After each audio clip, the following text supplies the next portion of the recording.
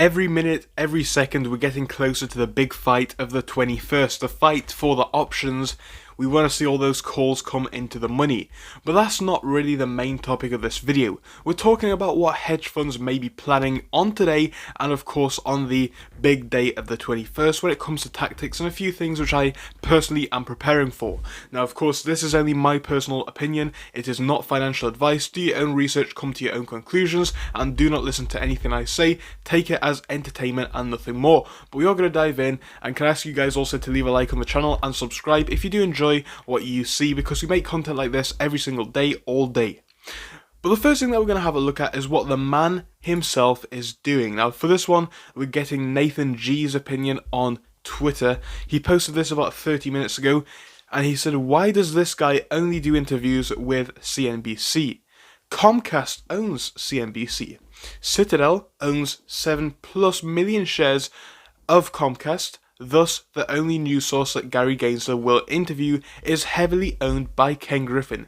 Let that sink in. And that is of course a response to Gary Gensler on Twitter himself, who posted this saying that he's going to be joining at Mad Money on CNBC this evening, 18 hours ago. So what he did on that show, what he's going to do on that show, whatever, it doesn't matter, but the point here does. Very important information, very, very noteworthy, and I think it is important to actually note. So this is what they're doing.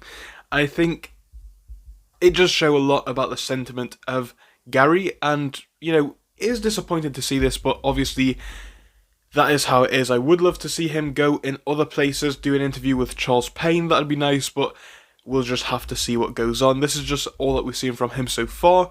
I do think it does seem a bit insensitive that he's doing this interview with Jim Cramer rather than anybody else. Now, another thing before we get any further is the fact that AMC is trending on Twitter all over the place, as it always is. Fantastic to see and worth noting. And now we're going to have a look at a few of these other things. So we're going to look at this one first. It says, the "we need to buy on Friday" thing needs to stop. Heads up, we are individual investors. So, we happen to invest individually in AMC. Please stay like this.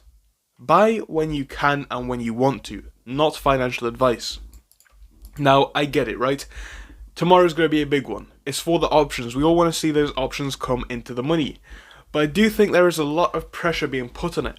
And I am a fan, I do hope it goes well, but obviously it is important to note people shouldn't overstretch themselves, because whilst we want the 21st to be a thing, hedge funds know that we want the 21st to be a big thing, and subsequently they can do everything that they can to stop it, meaning that when it doesn't happen, or if it doesn't happen, what's going to happen is they're going to utilize that, they're going to bring out the bots and shills and say, oh well, the MOAS was supposed to happen, where is it? 21st is a big day, 21st is another day in the fight, and if it is a day that gets triggered, brilliant, but if it's not, be aware of that too. So shout out to user Lazy Tomorrow 4071 for posting that.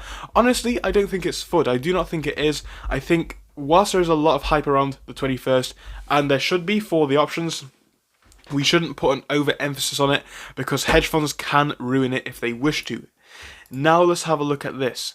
It says, well, I'm sold, Gary Gensler is not for retail. It's going on to speak about the point which we just mentioned, so clearly this is a popular thought against the community. He's just bending over for his overlords when he is told to.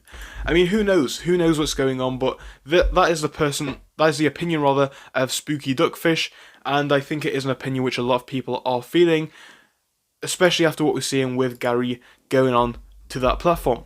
Now, the next thing is the biggest one. It's coming from No Explanation 1982. AMC is now trading below fundamental value. Unreal. Funds should be loading the boat at these prices. DD. Just look at the future growth alone for the funds. If they held for years, they will see a great return on the regular trading and accumulation of AMC shares by investors. The squeeze is the icing on the cake, obviously, but the fundamental changes to the business are already well in play.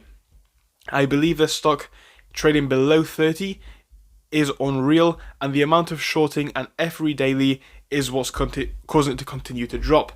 And I've heard this argument before, and I do see where people are coming from.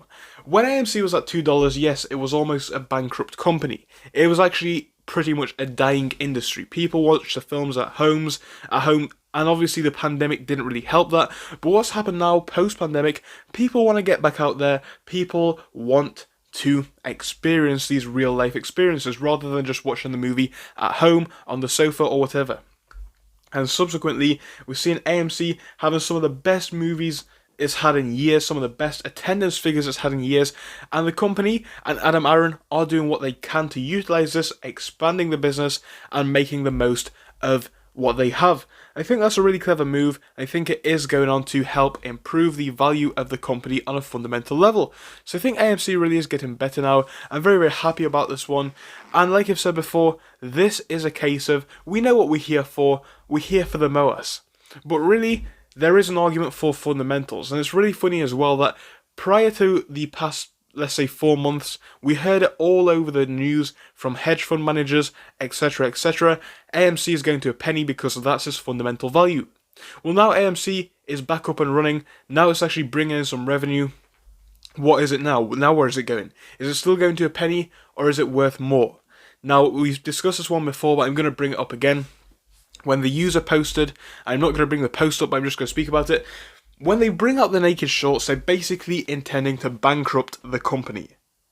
And when they don't do that, they get caught with these naked shorts. Now, that hasn't really happened before. But it's happening here. It's happening here for the first time. It's happening on a massive scale. This is a big thing. This is a big movement. It's about more than AMC now. It's about a fair market, and it's about exposing the truth. The manipulation that's going on is blatant. The news, some of the sources, some of them of course, not all of them, but some are just blatantly lying. And it's confusing, it's mesmerizing, it's mystifying to see the fact that they will still go along to say this because of who it goes on to benefit for them.